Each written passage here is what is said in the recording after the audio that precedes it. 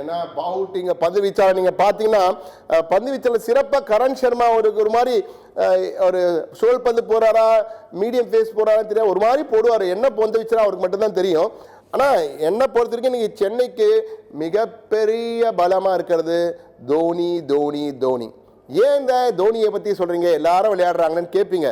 ஆனால் தோனி தான் கேட்டலிஸ்ட், அந்த உந்து சக்தி, அணியை ஒன்றிணைக்கும் ஒரே உந்து சக்தி தோனி தான். ஏன்னா ஏற்கனவே நாங்கள் சொன்ன மாதிரி ஆடும் லெவனின் ஆசானாக இருக்கார், அவர் தான் குரு.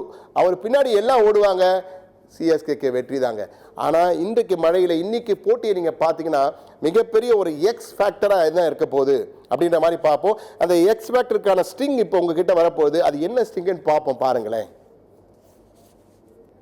அந்த ஸ்டிங் வரப்பொழுது எம்எஸ் தோனியை ஒரு எக்ஸ் ஃபேக்டர்னு சொல்கிறாங்க நம்ம ஆட்கள். ஏன்னா நிச்சயமாக அதில் ஒரு மாற்று கருத்தே கிடையாது, தோனி ஒரு எக்ஸ் ஃபேக்டர் தான்.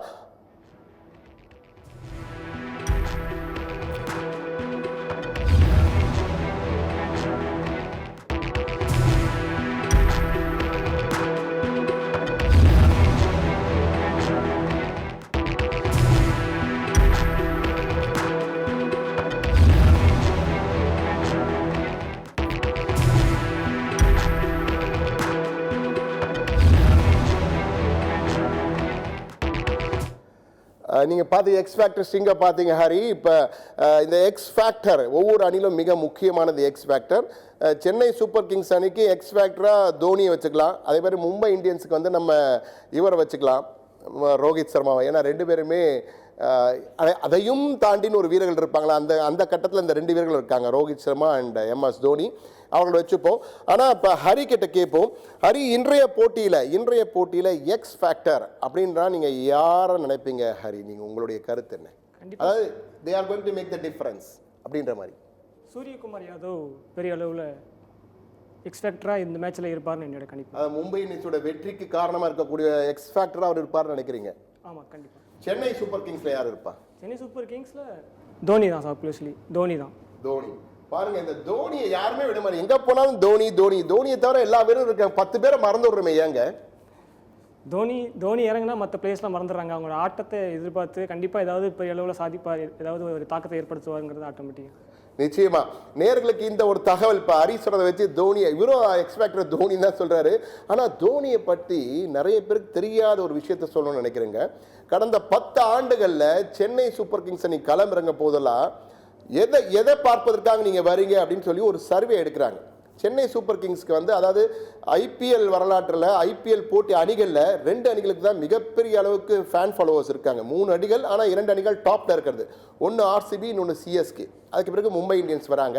இவங்க 3 அணிகளுக்கு தான் ஃபேன் பேஸ், அதாவது சமூக வலைதளங்களில் அதிக அளவுக்கு ரசிகர்கள், தொடர்ந்து அந்த இன்ட்ராக்ஷன் நடக்கிறது எல்லாமே பார்த்தீங்கன்னா இந்த 3 அணிகளுக்கு தான். அதில் சிஎஸ்கே ஆர்சிபிக்கு தான் கடும் போட்டி இருக்கும். அப்போ சிஎஸ்கே வீரர்கள் வந்து சிஎஸ்கே போட்டி ஏன் பார்க்க வரீங்கன்னு கேட்டபொழுது ஒரு புள்ளி விவரம் சொல்கிறாங்க. நாங்கள் வர்றதே போட்டியை பார்க்கறதே சிஎஸ்கே வெற்றி பெறதா இல்லையான்றா எங்களுக்கு அடுத்த கட்டங்க. தோனி 6 அடிக்கணுங்க, தோனி 6 பார்க்க வராங்கன்னு சொல்லி தான் கிட்டத்தட்ட 70% பேருங்க, 1-2 இல்லை 100 பேரில் 70% பேர் என்ன சொல்கிறாங்க, தோனி 6 பார்ப்பதற்காகத்தான் நாங்கள் சிஎஸ்கே ஆட்டத்தை பார்க்க வரோன்னு. அதில் சில பேர் இந்த ஹெலிகாப்டர் ஷாட்டையும் போட்டிருக்காங்க. அதுவும் இந்த ப்ராக்டிஸ் மேட்ச்சில் வந்து பயிற்சி ஆட்டங்களை தோனி ஒரு 6 அடிக்கிறார் ஹெலிகாப்டர் ஷாட்டில். உண்மையிலேயே கண்கொள்ளா காட்சி என்பார்களே, கிரிக்கெட் தெரிந்தவர்களாகட்டும் தெரியாதவர்களாகட்டும் அனைவருக்குமே கண்கொள்ளா காட்சி தோனி 6 அடிக்கிறது தாங்க. அந்த வேர்ல்டு கப்பில் 6 அடித்து மேட்ச் கோப்பையை ஜெயிச்சு கொடுக்கல ஆரம்பித்து அந்த சிக்ஸருக்கும் தோனிக்கும் உள்ள தொடர்பு என்பது பல போட்டிகளில், பல ஐபிஎல் போட்டிகளில் தோனி 6க்காகவே ஆட்டத்தை பார்க்குறவங்க தான் நிறைய பேர் இருக்காங்க. இன்றைக்கும் சென்னை சேப்பாக்கத்தில் தோனியோட 6க்காக நம்ம எல்லாரும் காத்திருக்கோம். தலை ஏமாற்ற மாட்டாருங்க, நிச்சயம் 6 அடிப்பாரு. ஆனால் தலை ஆடுற அளவுக்கு நம்ம ஆட்கள் ஓப்பனர்கள் இடம் கொடுப்பாங்கன்னு தெரியல. ஆனால் ஹரிராம் சொல்லியிருக்காரு தலை 2வது டவுனே வருவார் இன்னைக்குன்னு.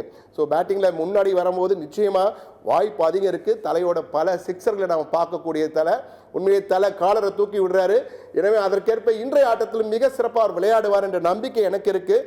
ஆனால் நம்ம சிஎஸ்கே பற்றியும் மும்பை இந்தியன்ஸை பற்றியும் தொடர்ந்து பேசுகிறோம். ஆனால் இன்னொரு போட்டியும் நடக்குது. அதுவும் 2 முன்னாள் சாம்பியன்ஸ் விளையாடுறாங்க. எஸ்ஆர்ஹெச் அதே போன்று ராஜஸ்தான் ராயல்ஸ், 2 டீம் விளையாட போகிறாங்க. அதில் எப்படி இருக்குன்னு பார்க்கலாம். உங்களுடைய கருத்து, யாருக்கு வெற்றி வாய்ப்பு இருக்குன்னு நினைக்கிறீங்க? ராஜஸ்தானுக்கு வெற்றி வாய்ப்புகள் அதிகமாக இருக்கு. அந்த டீமில் இருக்கக்கூடிய வீரர்களுடைய கன்சிஸ்டன்சி, அவங்களோட இப்போ இருக்கக்கூடிய பலம் ஃபார்ம் நல்லா இருக்குது. ஸோ ராஜஸ்தானுக்கு இந்த மேட்ச்சில் வெற்றி இன்னைக்கு அதிகமாக வாய்ப்பு இருக்குது. ராஜஸ்தானுக்கு வெற்றி இருக்குன்னு சொல்லியிருக்கீங்க. ஆனால் மாலை 3:30 மணிக்கே இருக்கு சன்ரைசர்ஸ் ராஜஸ்தான் ரியான் பராக் தலைமையில் இறங்குறாங்க புதுசா. எனவே என்ன நடக்கும், இந்த சஞ்சு சாம்சன் இல்லைங்க, அதனால ஜெயிப்பார் பார்ப்போம். ஆனால் மிக முக்கியமாக கடைசியான ஒரு கேள்வி, நறுக்கு சுருக்குன்னு போக போறோம். இன்னைக்கு சிஎஸ்கே மும்பை இந்தியன்ஸ் மேட்ச்ல யாருக்கு வெற்றி வாய்ப்பு? சிஎஸ்கே பர்சன்டேஜ் சொல்லுங்க, எவ்வளவு இவங்களுக்கு எவ்வளவு வாய்ப்பு சதவீதம் இருக்குன்னு நினைக்கிறீங்க? வெற்றி வாய்ப்பு சதவீதம் கண்டிப்பாக மேக்ஸ் இது அதிகபட்சமாக ஒரு லட்சமாக தான் போகும். சிஎஸ்கே வந்து 60, மும்பை 40%. 60-40 சொல்லியிருக்காரு. ஆனா நான் சொல்றேன் 80-20. 80 CSK, 20 Mumbai Indians. Mumbai Indians are really sorry, உங்க ஃபேன்ஸ் எல்லாம் டிசப்பாயிண்ட் பண்ண நினைக்காதீங்க. ஆனா போட்டியில உங்க வீரத்தை காட்டுங்க. சிஎஸ்கே தயாரா இருக்கும். ஏன்னா எங்க கோட்டைக்குள்ள எங்க காட்டுக்குள்ள வந்திருக்க சிங்கமா கர்ஜிக்க சிஎஸ்கே தயார்.